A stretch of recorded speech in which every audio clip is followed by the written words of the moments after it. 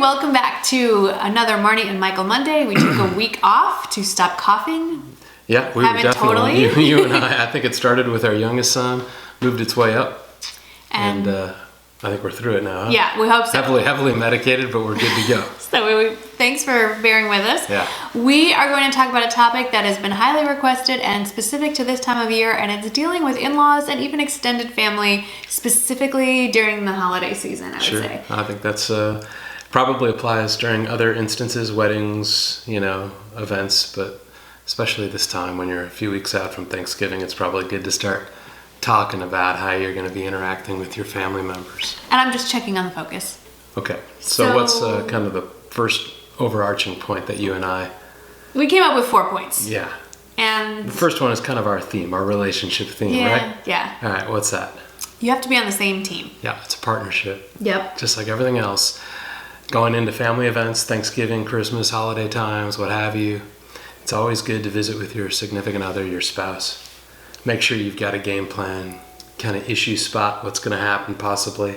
Yeah, planning. We're all about, if you've watched any of our videos, you know that not only are Michael and I true partners, but we also approach things in a planning kind of way. We try to, yeah. We try to anticipate issues and address them before they become issues. Yeah. So I think that's right. For family events, if you know there's certain hot button topics, things that happen every year that make people crazy, talk about it with your spouse ahead of time. Figure out how you want to handle it before you get there. Right. Marnie does a really good job for me. She's more in tune, I guess, to the day-to-day goings-on of family dynamics and what's going on with extended family members. But we have a conversation or two. If we're on a plane and we're flying out there, we'll sit next to each other, and Marnie will spend 5 or 10 minutes kind of going over what's going on with the family, and kind of we come up with kind of a common game plan to deal with it.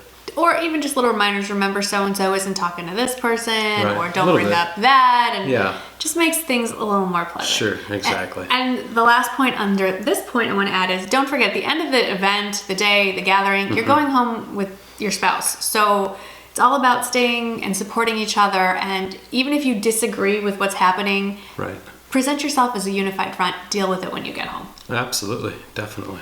All right, so on that same vein, what's kind of the second step? You're out there now and you're observing people in your family or otherwise, and step two. How do you deal with the personalities of it all? Find the humor in it all. I mean, really, it's just pretend like you're in a Christmas movie.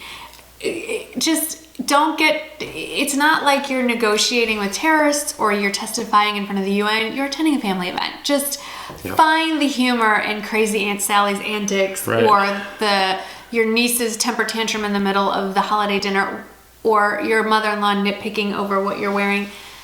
Just find the humor in it. Kind of treat your family like they're YouTube trolls. For me, dealing with negative comments on YouTube is you kind of just have to find the humor in it. All right, I think that's fair. I think to kind of put it in a more perspective, maybe for the kids who are attending with you, they're in school. For adults, we're working. This is not your day-to-day grind. This is not your daily routine. This is that should be a vacation from that. So you got to keep that in mind too. You should have a good time with it.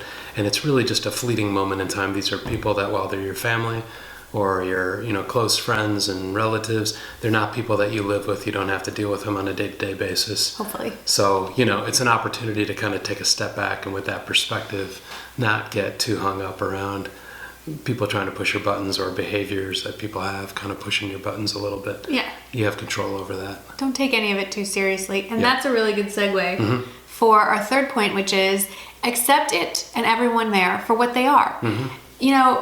You know that somebody in your family bugs you no matter what. They do something that irritates you, or maybe it's you. Maybe you're the one that irritates everybody.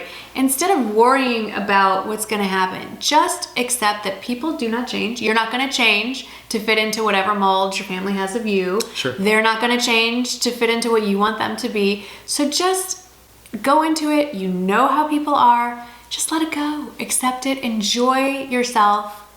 Appreciate the fact that you actually are able to be with family. Yes, exactly. It's a benefit. It's a real blessing, I guess, to be able to have family and friends to even hang with, especially as you get older and you lose parents or you lose family members through just general life's passing. It's an opportunity to kind of take stock and spend a little time. Yeah, and Marnie always kind of jokes with me, but one thing I do like to say, because I think there's some truism to it, and that is, just trying to level set your expectations. Your expectations don't always have to be this ideal of what you want it to be.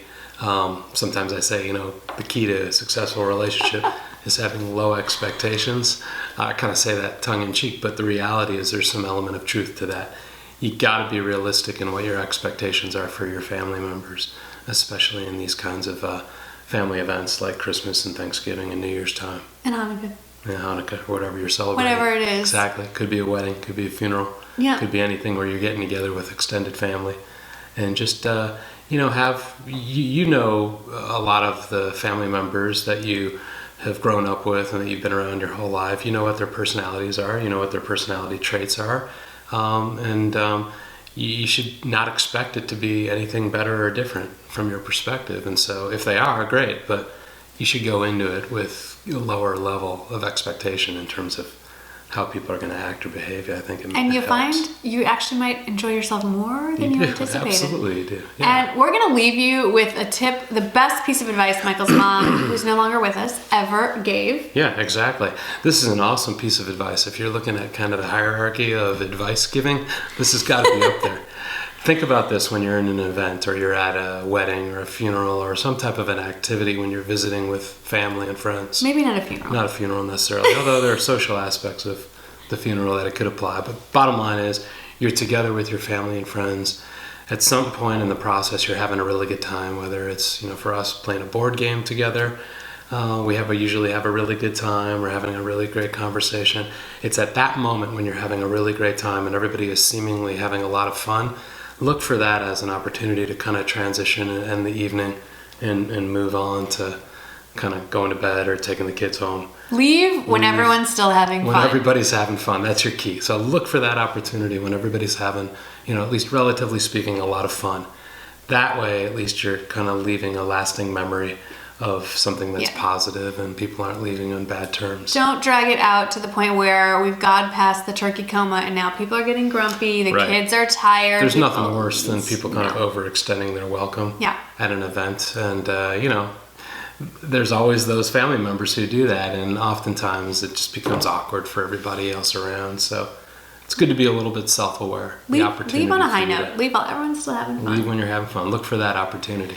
So we're going to do the same and not drag this out any longer. So thank you for watching. Let us know what you think of these kind of little videos, and let us know what other little topics you would love for us to talk about in the next Marnie and Michael Monday. And how about just for your viewers to leave us some comments or tips about things that they like to employ as they're moving into the holiday season. An opportunity for us to kind of learn from them. We could always use some more advice on that. Definitely. Thank you so much for watching, and we'll see you in the next one. Bye. Bye. We are at the Hanukkah gift show at our synagogue, where Hanukkah's, I guess, next month. So, you get your stuff early, and I'll show you some of the pretty things